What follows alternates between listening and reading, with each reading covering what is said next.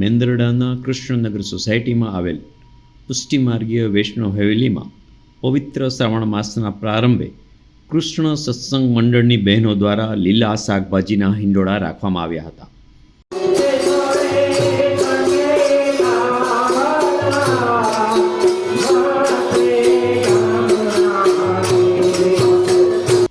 જે જગ્યાએ બહોળી સંખ્યામાં સર્વ વૈષ્ણવ ભાઈઓ અને બહેનો દ્વારા આ દર્શનનો લાભ લીધો હતો.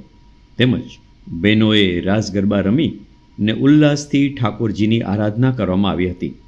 ત્યારબાદ આરતી અને પ્રસાદનો લાભ પણ લીધો હતો. આખા શ્રાવણ માસ દરમિયાન રોજે રોજ વિવિધ હિંડોળાનું આયોજન રાખેલું છે. તો દરેક વૈષ્ણવોએ આ દર્શનનો લાભ લેવા વિનંતી કરવામાં આવી છે.